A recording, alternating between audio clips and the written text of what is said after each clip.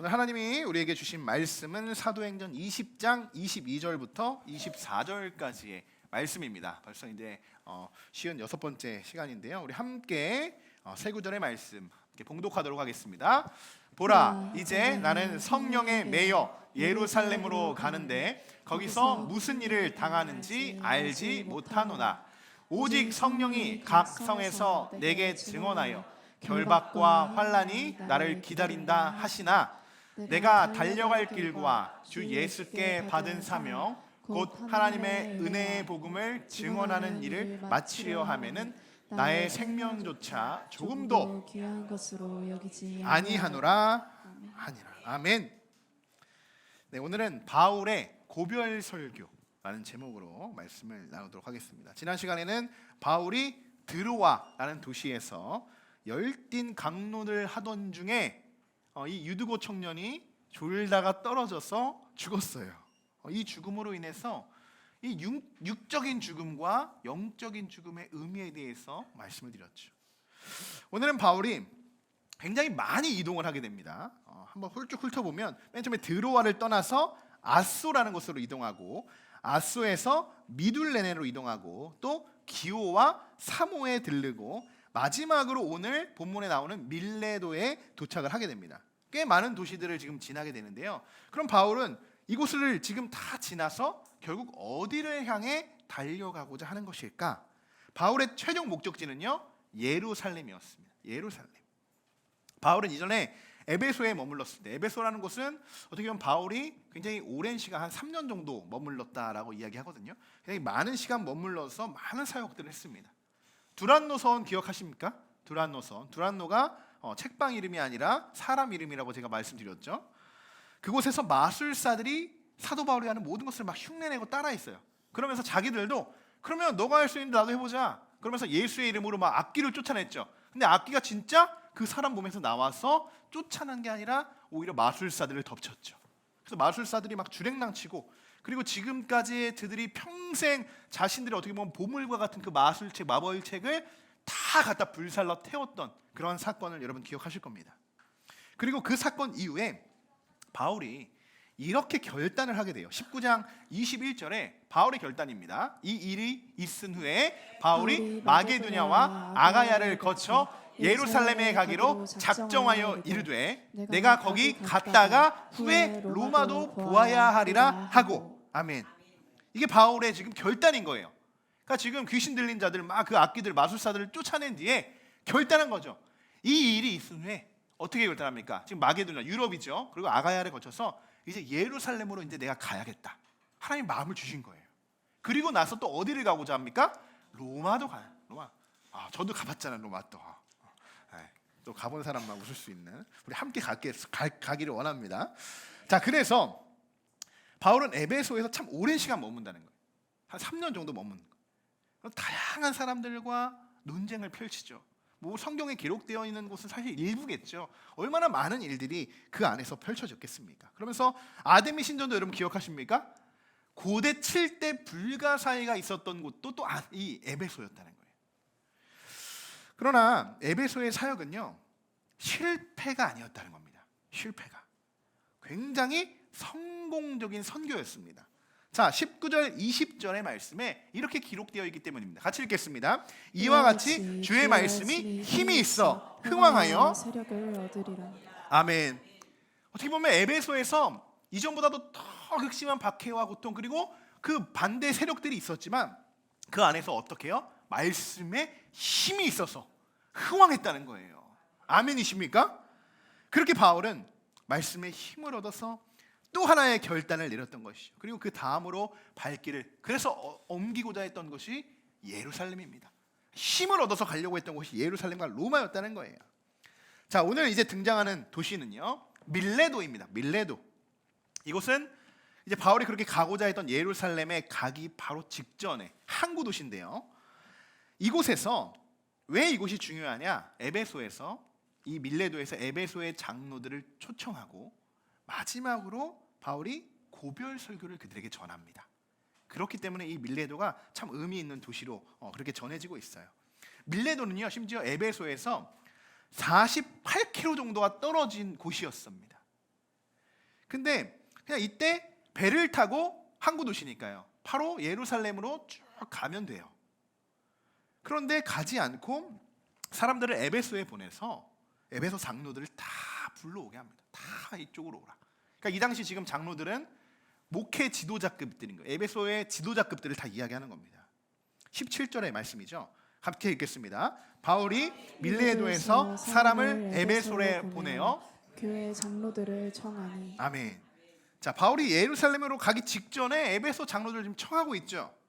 그런데 지금 바울의 상황은요, 사실 그렇게 여유가 있는 상황이 아니에요. 48km 왕복이니까 사람도 보내고 또 그 사람들이 와야 되니까 얼마나 많은 시간이 걸리겠습니까? 이렇게 여유를 부릴 상황이 아니라는 거예요. 왜냐하면 바울은 한시라도 빠른 시일 내에 예루살렘으로 지금 가야 했습니다. 16절 하반절에 이렇게 쓰여 있어요. 이는 될 수 있는 대로 오순절 안에 예루살렘에 이르려고 급히 가미로라. 지금 급합니다. 급히 예루살렘으로 가야 돼요. 왜요? 오순절 안에 예루살렘에 도착해야 하기 때문이에요. 예루살렘에. 이게 왜 중요하냐? 여러분, 성령이 예수님이 십자가에 달려 돌아가시고 제자에게 마지막 찾아오시고 그리고 나서 제자에게 마지막 명령을 하셨죠. 그리고 나서 다시 승천하셨을 때 베드로와 이 나머지 제자들이요, 어디를 가장 먼저 향했냐? 그 발걸음이 그들이 예루살렘으로 발걸음을 향했습니다.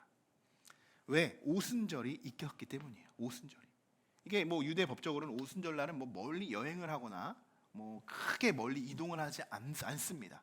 왜냐하면 오순절에는 이 이스라엘의 대축일이에요. 그냥 축일도 아니고 대축일입니다. 대축일. 오순절이 여러분 어떤 날인지 아시죠? 성령 강림절을 기념하는 날이에요. 그래서 우리도 성령 강림절이라는 걸 지켜 행하지 않습니까? 지키고 있지 않습니까? 그런데 이들에게 이 날이 얼마나 중요할까요? 이들에게. 그러니까 지금 다른 도시들처럼요, 이 사역이 잘 맞춰지고 그냥 내가 넘어가고 싶을 때 넘어가는 그런 상황이 아니에요. 오순절 얼마나 많은 사람들이 하나님께 예배하기 위해서 예루살렘으로 모여들겠습니까? 정말 많은 사람들이 그곳에 다 모이는 거예요. 그런데 이 기간을 사도 바울이 놓칠 수 없겠죠. 다양한 사람들이 오니까요, 그리스도의 복음을 미처 깨닫지 못한 그 증인들이 오니까요, 이때만큼 복음을 전할 수 있는 유일한 기회가 있는 거예요. 이때를 놓칠 수 없는 겁니다. 그러나 지금까지 바울은 많은 도시들을 방문하면서 뭐 사건 사고가 얼마나 많았습니까? 마음껏 복음을 전할 수 있지 않았어요. 극심한 박해, 심지어 감옥에도 갔고 생명도 보장할 수 없는 그런 상황들이 이 사역의 선교의 현장이었다는 겁니다. 이번 예루살렘의 선교는요, 그렇습니다. 오순절 날 그가 급히 가려고 했으니까 그때보다 어느 때보다도 복음을 전할 수 있는 아주 좋은 기회였어요. 최적의 좋은 기회였지만 한편으로는 그 어느 때보다도 위험한 상황이라는 것을 이미 사도 바울은 알고 있었습니다. 그래서 바울은 빨리 예루살렘으로 넘어갔어야 함에도 불구하고 지체했죠. 왜? 에베소의 장로들을 꼭 만나고 싶었어요. 오늘 말씀 제목, 여러분 성경책 보시면 다 소제목이 붙어 있을 거예요. 거기에 뭐 바울의 고별 설교, 때는 뭐 이러한 여러 가지의 제목들이 적혀 있을 텐데, 실제 이것이 바울이 마지막 설교는 아니죠. 그러나 이 소제목에 고별 설교라고 써 있는 이 의미를 우리가 깨달아야 돼요. 어떤 마음이었을까요? 바울의 마음이었어요. 바울은 이 설교가 에베소 이 장로들에게 하는 진짜 마지막 설교다라고 생각하고 전했다는 겁니다. 다시 그들을 어떻게 만날 수 있을지 장담하지 못했기 때문이에요.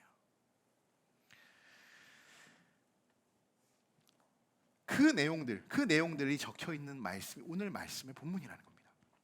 자, 전체적인 내용들을 다 전하기 위해서는 진짜 우리 지난 시간처럼 밤새 할 수 있기 때문에 우리가 중요한 몇 구절만 우리가 한번 살펴보고자 합니다. 바울은 가장 먼저 장로들에게 어떤 것을 이야기할까요? 이제 마지막 제가 여러분들과 만나는 그런 시간인데, 제가 여러분들에게 어떠한 말들을, 어떠한 설교를 했을까요? 아마도 저랑 비슷했을 것 같아요. 그래도 지난 이전에 내가 어떻게 목회를 해왔는지를 이들에게 한번 쭉 전할 것 같습니다. 바울이 그랬어요. 바울이 자신의 사역을 쭉 돌아봅니다. 저는 그래서 굉장히 이 부분에서 은혜를 받았어요. 정말 많은 은혜를 받았어요. 저도 나중에요 은퇴하게 될 때요 이렇게 마지막에 고별 설교를 꼭 이런 식으로 이렇게 은퇴하고 저도 이 자리를 물러나고 싶습니다. 자, 19절에서 21절까지의 말씀 같이 한번 읽어보겠습니다. 곧 모든 겸손과 눈물이며 유대인의 관계로 말미암아 당한 시험을 참고 주를 섬긴 것과 유익한 것은 무엇이든지 공중 앞에서나 각 집에서나 거리낌이 없이 여러분에게 전하여 가르치고 유대인과 헬라인들에게 하나님께 대한 회개와 우리 주 예수 그리스도께 대한 믿음을 증언한 것이라. 아멘. 저는 이 말씀을 읽으면서 이것이 목회구나, 이렇게 목회해야 되는구나, 이것이 진짜 교회 사역이구나 라는 것을 정말 절실하게 깨달았습니다. 이 목회자의 자리는요 겸손의 자리인 거예요. 겸손의 자리. 예수님이 그렇게 오셨잖아요. 그리고 이 자리는 눈물의 자리입니다. 뭐 더 설명드리지 않아도 여러분 다 아실 거예요. 어떠한 마음들인지. 겸손한 목회자, 눈물을 흘리며 씨를 뿌리는 그러한 목회자. 목회를 하면서 여러분 교회를 운영하면서 함께 이렇게 교회 생활을 하면서 여러분 얼마나 그 안에서 많은 사건 사고들, 많은 상황들이 있습니까? 얼마나 많은 시험들이 있습니까? 그러나 그 앞에서, 그 시험 앞에서도 주님만을 바라보며 주님만을 의지하고 주님만을 신뢰하는 목회자, 이것이 진짜 바람직한 목회자의 자세가 아닐까 생각이 되어집니다. 그리고 또 바울은 중요한 한 가지를 전하게 되는데요, 유익한 것은 무엇이든지 공중 앞에서나 집에서나 거리낌이 없이, 참 중요한 말이에요, 거리낌이 없이 전하고 가르쳤다. 참 도전받는 말씀이에요. 이게 뭐예요? 이게 어떤 말이에요? 공중에선지 뭐 집에서든지 어떻게 해요? 구분시키지 않다는 거예요. 내가 하나님의 말씀을 전하는 데 있어서 어느 무리든지 어떤 상황이든지 내가 어디에서든지 그 말씀을 구별하여 내가 전하지 않았다는 겁니다. 이 사람에게는 이런 말씀으로 살살, 또 이런 사람이 이런 사람에게 살살 이렇게 말씀 전하지 않았다는 거예요. 목회자가 강단에서 하나님의 말씀을 전하는데 여러분 망설인다고 생각해 보십시오. 왜요? 우리 공중의 그 분위기를 맞춰야 되니까. 공중 앞에서나 집에서나 바울은 여러분 어떤 상황이든 그 대상이 누구든 간에 유익한 것, 뭐예요? 즉 예수 그리스도의 복음을 전하는 일에 있어서는 조금도 거리낌 없이 전했다는 겁니다. 굉장히 중요한 거예요. 이 시대의 목회자들에게 더욱더 중요한 말씀이라고 저는 믿습니다. 이것이 바로선 목회자는요 사실 그렇죠, 눈치를 볼 필요가 없는 겁니다. 눈치를요. 왜요? 말씀만 전하면 되는 거예요. 말씀만.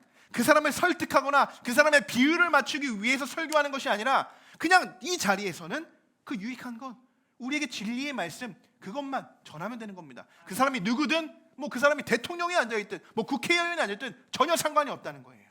전혀. 왜? 하나님의 말씀을 전하는 데 있어서 거리낌 없이 하나님이 저에게 주신 그 은사와 사명과 그 담대함을 가지고 전할 때 이만큼만은 하나님이 저에게 능력과 힘을 주시기 때문입니다. 저는 그것을 믿어요. 저는 그것을 믿습니다. 여러분 정말 유익한 것, 여러분도 복음의 일에 참여하는 것, 복음의 일에 전하는 데 있어서 어느 것도 아주 조금도 꺼리낌 없이 당당하게 말씀 안에서 살아가시기를 주님의 이름으로 간절히 축원합니다. 자, 그리고 마지막으로 한 가지 더, 유대인과 헬라인들에게 바울은 믿음을 나는 증언한 자들이었다 라고 이렇게 이야기합니다. 그냥 말로만 가르친 게 아니라는 거예요. 말로만 와서 그냥 이리저리 돌아다니면서 그냥 명강사처럼 한번 쫙 전하고 또 바람과 함께 사라지면서 또 어디 가서 확 전하고 이런 것이 아니라 그들에게 함께 말씀을 전하면서 내가 정말 그렇게 살아왔다, 내가 그렇게 살아가고 있다, 몸으로 실천적으로 그들 앞에서 내가 보였다는 겁니다. 증언했다는 거예요. 증언했다는 거 굉장히 중요하죠. 우리 성도분들도 그렇잖아요. 우리 목사님 말씀은 저렇게 하셨는데 또 행동은 저렇게 안 하시네. 성도님들이 가장 많이 상처받는 것 중에 하나 아닙니까? 저도 솔직히 알고 있어요. 왜냐하면 저도 성도의 입장일 때 그렇게 목회자를 바라봤습니다. 그러면 저도 비판합니다. 아니 저렇게 이야기했으면서 저렇게 왜 저걸 하나 못 지키지? 쉽지는 않더라고요. 여러분 이해해 주십시오. 쉽지는 않지만 지키려고 노력한다는 거예요. 그렇게 하고자 노력하면서 우리가 가자는 거예요. 완벽할 수 없겠죠. 그러나 그렇게 하나하나 가고자 깨어서 우리가 가보자는 겁니다. 그것이 중요하지 않겠습니까? 그리고 여러분, 바울이 유두고가 살아나는, 또 병진 자들을 치유하고 지진과 막 그들이 기도할 때 감옥문이 열리고, 그리고 심지어 회당장이 세례받고 그의 가족들이 구원받은 이 놀라운 기적, 뭐예요? 하나님이 그를 통해서 증언하신 사건의 기적입니다. 이것이 바로요, 사랑하는 성도분, 제가요 정말 이런 목회자가 될 수 있도록 여러분 기도해 주시기 바랍니다. 이번 주 말씀을 저도 준비하면서 이런 말씀을 제가 이제 사모에게 했어요. 아니, 우리도 나도 바울과 같이 살 수 있을까? 여러분 어떠십니까? 바울과 같이 한번 이런 생각 안 해보셨어요? 바울과 같이 내가 살 수 있을까? 바울과 같이. 정말 저는 늘 이런 고민과 우리 성도들이 하는 고민겠죠. 저도 늘 이런 고민으로 살아갑니다. 바울과 같이 살아갈 수 있을까? 여러분들이랑 뭐 다를까요? 우리가 정말 하나님을 믿는 그리스도인들이라면 믿음을 증언하는 삶을 살아가야겠죠. 그죠? 말로만 하는 그런 삶, 뭐라고 했습니까? 스스로 속이는 자라는 거예요.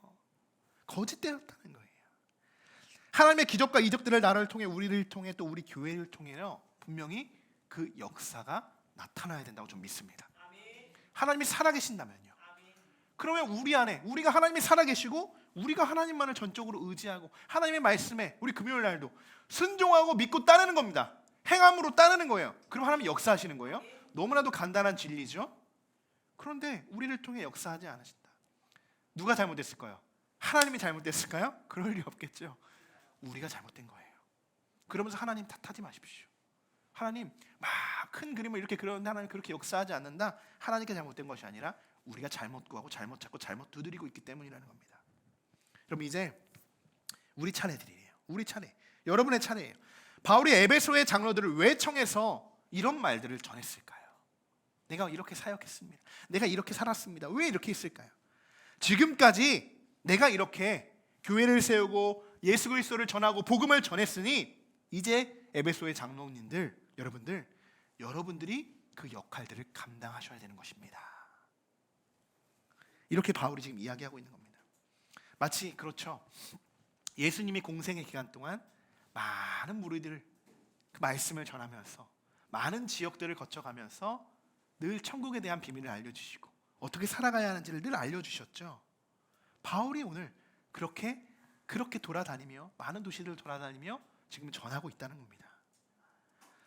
여러분, 오늘 이 말씀을 통하여서요, 저 혼자만 이렇게 목회와 선교를 하는 것이 아니라, 우리 어떤 교회입니까? 우리 교회 이름이 뭡니까? 함께하는 교회잖아요. 우리가 마지막 신앙생활을 하다가 은퇴하고 또 천국 가는 그날까지 오늘 바울과 같은 이 믿음의 삶을 이제 혼자가 아니라 함께, 우리 모두 함께 이것을 실천하고 믿음으로 행하시기를 주님의 이름으로 간절히 축원합니다. 자, 이번에는 22절과 23절 같이 한번 읽어보겠습니다.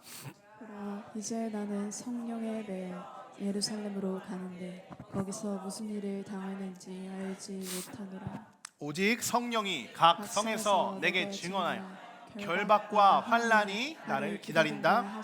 아멘. 바울의 정말 솔직한 심정을 느낄 수 있습니다. 심지어 성령에 매여, 그죠? 성령 충만하다는 거예요. 성령에 매여 예루살렘을 가지만 내가 어떤 일을 당할지 모른다. 어떤 일을 당할지 모른다. 저 이 말씀 굉장히 중요한 말씀이라고 저는 믿습니다. 앞으로 우리들에게 어떤 일이 일어날지, 무슨 일이 벌어질지 아무도 몰라요. 당장 내일까지 갈 필요는 없고 당장 우리 1시간 뒤만 해도 우리가 어떤 일이 일어날지 모릅니다. 한치 앞을 알 수 없어요. 그러나 우리가 절대로 잊어서 안 되는 것은요, 우리가 어떠한 순간에도 성령에 매여 있어야 된다는 겁니다. 그러면 아무 문제 없다는 거예요. 내가 성령에 매여 있으면 어떤 일이든 문제 없다는 겁니다. 자, 한번 옆 사람 한번 인사 나눠보세요. 성령에 매입시다. 한번 인사 나눠보세요. 성령에 매입시다. 네, 여러분 이거 참 중요한, 정말 중요한 부분이에요.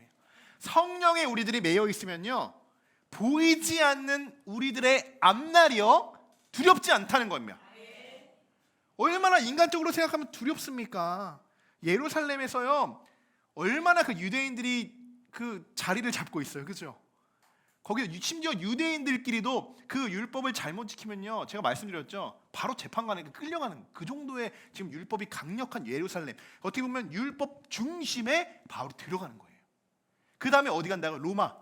핍박 중심에 지금 가고자 한다는 거예요. 놀랍죠? 그러면서 알고 있어요. 내가 이렇게 성령이 충만함에도 불구하고 어떻게 될지 내가 장담할 수 없다. 장담할 수 없다. 여러분, 그래서 세상적인 생각, 인간적인 계산 무의미하다는 거예요. 인간적인 생각으로요, 예루살렘을 어떻게 들어갑니까?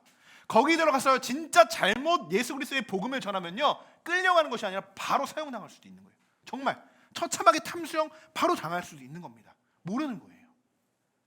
그렇게 무시무시한 곳으로 지금 바울이 가겠다고 결단한 겁니다. 이전 지난 3년으로 한번 돌아가 보면 무모한 도전을 했던 한 사람이 있었다고 말씀드렸죠. 저는 분명 그 무모함이 성령에 매여져 있었던 저의 삶이었다는 것을 저는 분명 확신할 수 있었습니다. 내 능력과 내 형편으로 뭐 교회를 세우고, 물론 하나님이 세우시지만 교회를 세우고 채우고 심지어 그것만은 끝나는 거죠. 유지해야 돼요. 유지해야 하는 모든 비용은요, 불가능한 수치였어요. 아무리 머리를 굴리고 계산기를 두드린다고 해도요, 답이 나오지 않아요. 그래서 성령님이 일하시니까요, 모든 것을 채우시고 넉넉히 부어주십니다. 이 모든 상황을 함께 겪고 있는 이제 저뿐만 아니라 여러분들이 그 산 증인이십니다. 이제 바라보면 이루어질 희망, 저는 멀지 않다고 생각합니다. 사람의 생각을 가지고 또 욕심적인 마음으로 바라본다면 불가능한 이야기예요. 예루살렘으로 어떻게 들어갑니까? 로마로 어떻게 갑니까? 갈 수 없어요. 그런데 성령의 인도하심에 모든 것을 맡겨드리고 성령님이 우리 안에 충만할 때, 성령이 우리 안에 충만할 때 또 한 번 하나님이 놀라우신 일을 행하는 것을 굳게 여러분 믿으시고 담대함으로 우리가 믿고 나아간다면요, 하나님께서 우리 더 큰 함께하는 교회로 사용하여 주시고 그 중심에는 이제 저뿐만 아니라 여러분들이 서 계시는 줄 믿습니다. 3주년 때 제가 말씀드렸죠. 세 겹줄 끊어지지 않습니다가 아니에요. 세 겹줄은 쉽게 끊어지지 않을 뿐이라는 겁니다. 아직 우리가 그 단계입니다. 지금 우리가 계속적으로 단단해져야 되고 더 많은 매듭이 묶여져야 할 때라는 겁니다. 함께하는 교회 설립 이후에 가장 마음이 공허했던 예배가 설립 예배 이후 다음날 주일 예배였어요. 텅텅 비어있죠. 그 전날은 정말 꽉 차있던 이 공간, 이 옆에서까지 예배를 드렸으니까요. 그 다음날 텅텅 빈 이 예배당에 대어서 하나님은 개척교회라는 현실을 바로 저에게 자각시켜줍니다. 이미 알았죠. 앞으로 힘들 것이다. 예배의 자리 아무도 앉아있지 않을 수 있다.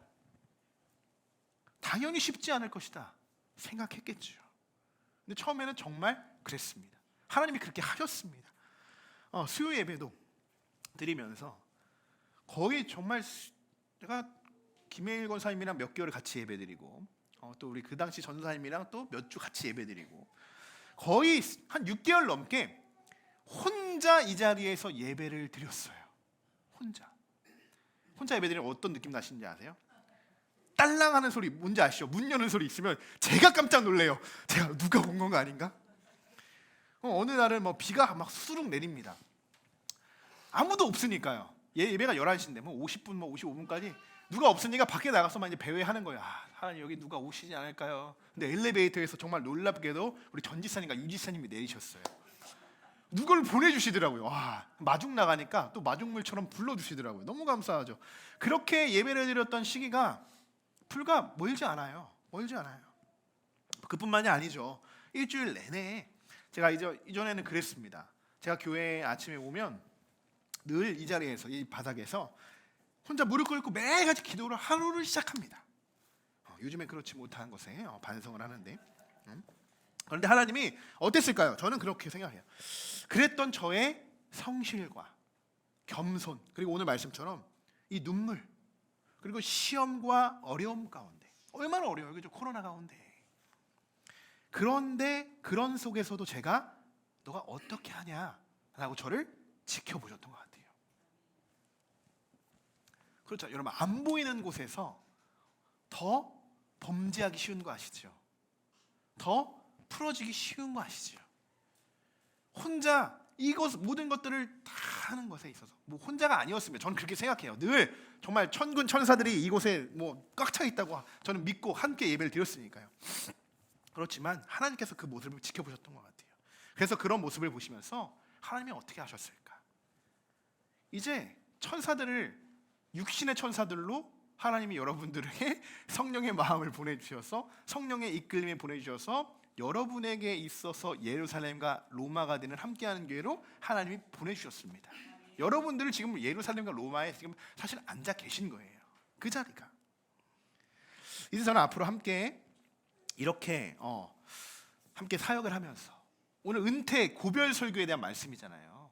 어떻게 보면 에베소서 장로들에게만 하는 은퇴 고별 설교지만 제가 이제 은퇴 설교를 한다고 생각하고 이러한 저도 이렇게 살아야겠다 하면서 마음에 이러한 결단을 했습니다.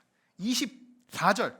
근데 이것이 이제 저의 결단만이 아니라 함께 우리가 예루살렘에 있는 함께 로마에 지금 있어서 정말 복음과 절실히 싸우는 우리 모든 함께하는 교회 성도분들에게 결단되어지기를 소망하는 마음으로 우리 24절 우리 함께 선포하는 마음으로 함께 읽겠습니다. 내가 달려갈 길과 주 예수께 받은 사명 곧 하나님의 은혜의 복음을 증언하는 일을 마치려 하면 나의 생명조차 조금 더 귀한 것으로 여기지 아니하노라. 아멘. 아멘. 이 말씀을 잘못 오해하면 생명이 헛되다고 이야기할 수 있는데 그렇지 않아요. 그렇지 않습니다. 생명보다 너무 귀하죠. 그 생명보다 훨씬 더 귀한 것이 예수 그리스도의 복음이다 라는 것이에요. 목숨보다 소중하다는 거예요. 목숨보다.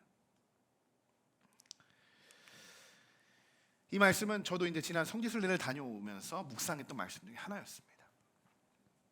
바울은 복음을 전하고 복음을 전하는 일에 있어서 자신의 생명조차도 정말 귀한 것으로 여기지 않았어요.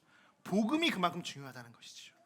오늘 이 시간부터는 여러분 우리의 우선순위가 이렇게 뒤바뀌어지기를 소망합니다. 하나님께서는요 저뿐만이 아니라 여러분들의 성실함을 보십니다. 여러분들의 겸손함을 보시고 여러분들의 눈물을 보십니다. 그리고 여러분들의 시험과 환난 가운데 하나님이 저를 지켜보신 것처럼 여러분들이 그 시험과 환난을 어떻게 헤쳐나가는지를 다 지켜보고 계세요. 그런데 어떻다고요? 외롭고 공허할지도 몰라요. 아무도 어떤 텅 빈 공간에서 내가 시험을 받고 있는다고 생각할지 몰라요. 그때 흔들리면 안 된다는 겁니다.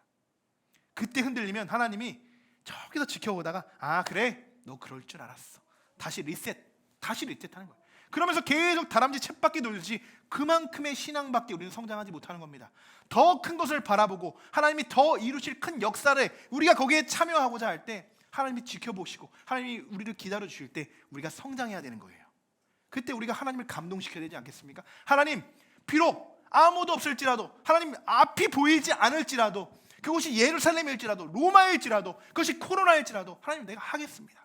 하나님의 명령 우리의 목숨보다도 귀한 것이 없다고 하는데 그 일을 복음의 일을 내가 참여하겠습니다.